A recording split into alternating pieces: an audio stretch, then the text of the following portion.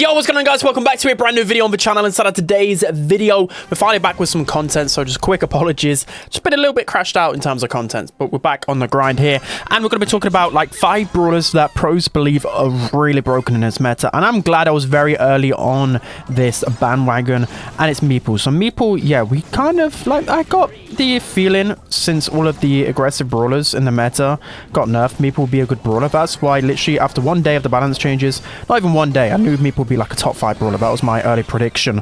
But it's very clear right now. I would actually say that Meeple is probably the best brawler inside of the game. So toxic. And it's mainly because of the hypercharge. The hypercharge is so dumb broken, and it only takes 2 supers to charge up, which is crazy. And of course, his hypercharge isn't really affected by the stat nerfs, right? Because it's just all about the actual physical ability rather than, you know, the crazy team wipes that you can potentially get with it and other things like that. So yeah, Meeple's really versatile. You can play Meeple literally everywhere. 2 really broken gadgets. We always know that with Meeple, so I'm just gonna box this Sprout in just because why not? But yeah, we need this Sprout. We need this Squeak on the Sprout. Don't know why Squeak's going on the other matchup. He's the only one that can kind of shoot around walls, but we might be able to get, no, we can't. All right, Smoke and Feeders are super. That would be nice. All right, hopefully Mandy doesn't have super. Please, Squeak, go over there. Squeak, switch matchup. Please, surely we're not putting the nanny on the Sprout.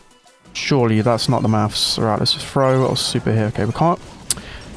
I can never manage to box anyone in, and we just managed to shoot that one. All right, we're never going to get pinched here. We are limited in range. That's why you got to use your gadget to kind of break the gap here.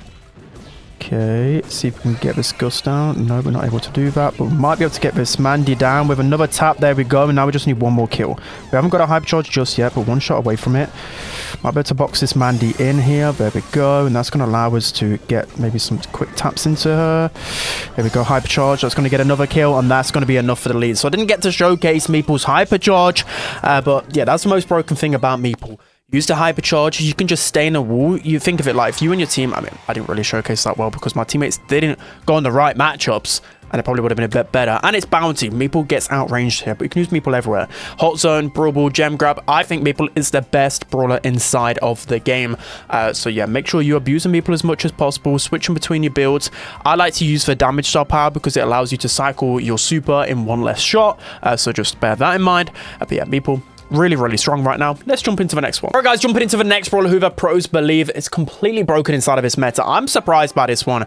It is Juju. So I've not played rank for about 3 or 4 days. Like I said, it's been a bit burnt out overall in terms of ranks. But anyways, Juju in this meta is supposed to be top 5. I seen Bobby's video. Bobby put Juju top 5. We had Drage as well. Drage messaged me and he was like, you need to play more Juju because Juju is completely broken. I'm like, like, yeah, there's probably some good maps for Juju, but broken? Juju in the previous meta, I know it was like very aggressive, but she was not played at all by the pros outside of this map. This is literally the best Juju map in the game by far, and pros won't even use Juju there. So the reason why she's so good is all to do with a hypercharge. The hypercharge is supposed to be really fast. It deals a lot of damage. You know, it's completely unavoidable, but I just get the feeling that it's too easy to destroy still. I think in a team setting, and if you grouped up, you're going to be able to destroy this hypercharge within a second. So we've got a hypercharge super here, and we're going to use this straight on these guys.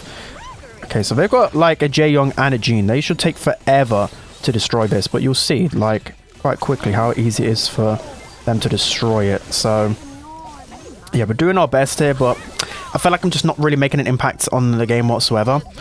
I don't know, like I'm doing okay, but am I really doing too much? I'm just very, I don't know, I just don't see why this hypercharge is so good. I guess maybe because literally every other hypercharge in the game has got nerfs, so this just makes it indirectly better, but I'm still yet to see it like do anything crazy. Maybe that's just how the meta is now. Maybe hypercharges just aren't anything absolutely crazy, but just maybe ones that are just a bit better of a super, just going to be the best ones in this meta. Of course, Trunk is in behind us here, and we are completely and utterly screwed. I mean, we're doing our best in terms of damage, but and this guy's got bad Wi-Fi apparently. We're not really going to do anything in this game, so let's try and push forward on the Trunk. Okay, I think they're all back here by the looks of things. Okay, we've got a hypercharge. Let's see if we can kill the Trunk. Let's see if we can kill him. Come on, Gree. Try and do something here, please. Can we get the kill on Trunk? No, he's literally one shot. No, my teammates focused on the wrong player. Okay, we did a lot of damage. Our Cordelius did literally 0 damage. That's very, very unfortunate in terms of stats. So yeah, I think we played well. I personally don't see how Juju's a top 5 brawler in the game. I'm going to keep playing some ranked and grinding until the end of the season to really see it, but I just don't. Unfortunately, I don't. Maybe if my teammates are a bit more competent, like the Cordelius, we could have done a bit better. So yeah, Juju's apparently top 5.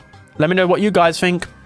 Let's move into the next one. All right, guys, jump into the next brawler who the pros believe is completely broken as well.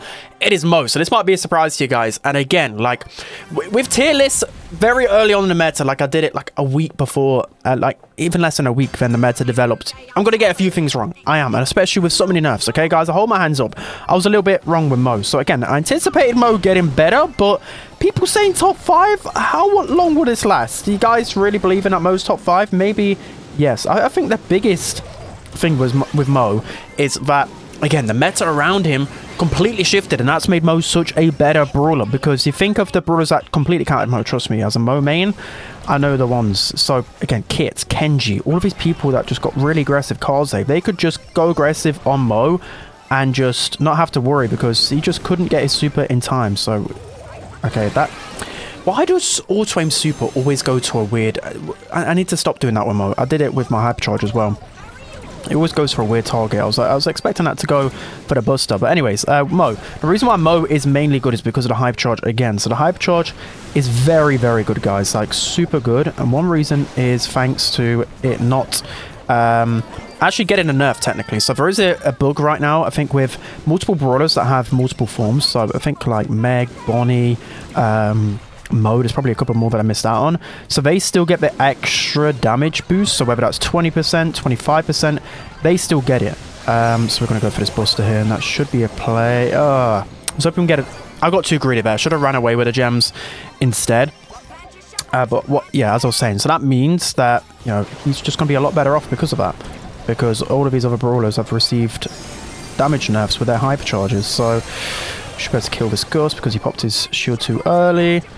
Perfect. I mean, I'm playing it very sloppy, but I should be able to get a couple of hypercharges in one round, which is really, really good. I'm going to run into this buster here, and I should be close enough to my super, and that's going to allow me to kill with Stu. There we go. If you play Mo correctly, like I played that very sloppy, it's going to just be way better than I put out. But you see, I'm nearly next to my second hypercharge. I can definitely feel it's a lot better. So I'm more so like inclined to agree with the pros on Mo. I just feel like Mo's more versatile, and he can counter tanks and aggressive stuff with his hypercharge and everything else. I played Mo in a few games now. One of them I went like 12-1, and you know, here it was very good, even though I messed up a few supers. So I think the Mo one is right. I think the Mo prediction is right. The hypercharge is very disgusting and very quick. So this was a hypercharge that people hyped up upon release because it reminded me of Lily's hypercharge, where, you know, it didn't really look that good, but because of how fast it is, everyone was like I thought it'd be just like Lily, but it took a little bit while. The metas had to shift, and Mo, I think, is definitely back in the meta. I wouldn't be inclined to say S tier, or very minimum high A tier. So yeah, that's gonna be Mo. Let's jump on to another. All right, guys, jumping into the final brawler on the list. There's a couple of other brawlers I want to talk about as well. We've got like Pam, who's making a good comeback. Not anything crazy. We've got, of course, Max, we spoke about a lot, and Byron's use rate is through the roof. But Ollie is a brawler not many people talk about because I don't know, like people just thought that Ollie's hypercharge would completely, the nerf would absolutely kill him off, but it absolutely hasn't, because he's still got a broken gadget. His hypercharge is still really, really good and influential to the game. So there's a lot to like about Ollie right now. So I think the big reason I've been saying literally for the longest time about his gadget, All Eyes on Me, is such a broken gadget. I don't know why it didn't get nerfed. 15-second cooldown. Like, look at this on Kenji. He literally couldn't do anything. Any type of assassin or aggro just can't do anything into Ollie, because by the time that you're dead, you try and fight him again. Look, I've nearly got a gadget already here. It's absolutely crazy. So I want to work my way onto this Kenji if I can, because I've got another gadget to play with here. So let's go for the Kenji. Should be able to get the kill. I wasted my super there. That's unfortunate, but that's fine. I should be able to take a lot of damage here from the Otis and Lumi and charge back my super. Okay, so we're just going to run into these guys. Let's keep up the pressure here if we can. Possible. All right, we've got mid control finally. Let's not allow this Kenji to walk in. Okay, I missed my gadget, but it doesn't matter. We can take him down, tag team it pretty easily. So the hypercharge is still broken, but Ollie's so versatile, and he's probably due a nerf, right? He's still insane in this meta and just will remain insane until they fix his this gadget. They just will. Like, look at this. This gadget is just absolutely broken. It's crazy to me. I didn't receive any type of change. So I'm going to do, again, I'm going to wait until I get this gadget combination because it's so lethal.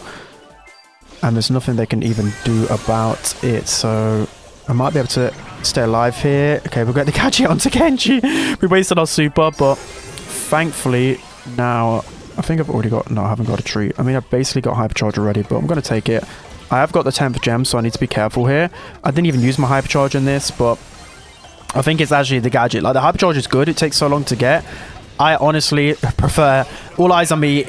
Just makes Ollie the best, one of the best brawlers in the game. I think Ollie is still a top 5 brawler in the game. He's just so hard to stop. I didn't showcase it in that final game, but the first round, you should have seen it. I made like 2 or 3 turnaround plays just with the super and gadget combination. You just got to make sure you're using this combination perfectly. Pop your gadget before you pop super. Make sure you've got all 3 pieces of ammo. And hardly any brawler can counter it, especially top meta brawlers. So that's going to be it for today's video, guys. I hope you enjoyed. Like I said, like, Pam's making a good increase in the meta and like gem grab and some open modes. Max is insane. There's a lot of really good brawlers, but some of these might surprise you guys. Let me know down in the comment section below. I don't know whether to do my rank guide now or wait till the balance changes, because there should be some hopefully next week. So yeah, anyways, that's going to be it. I hope you guys enjoyed. Don't forget to like, comment, and subscribe, and I'll see you guys next time.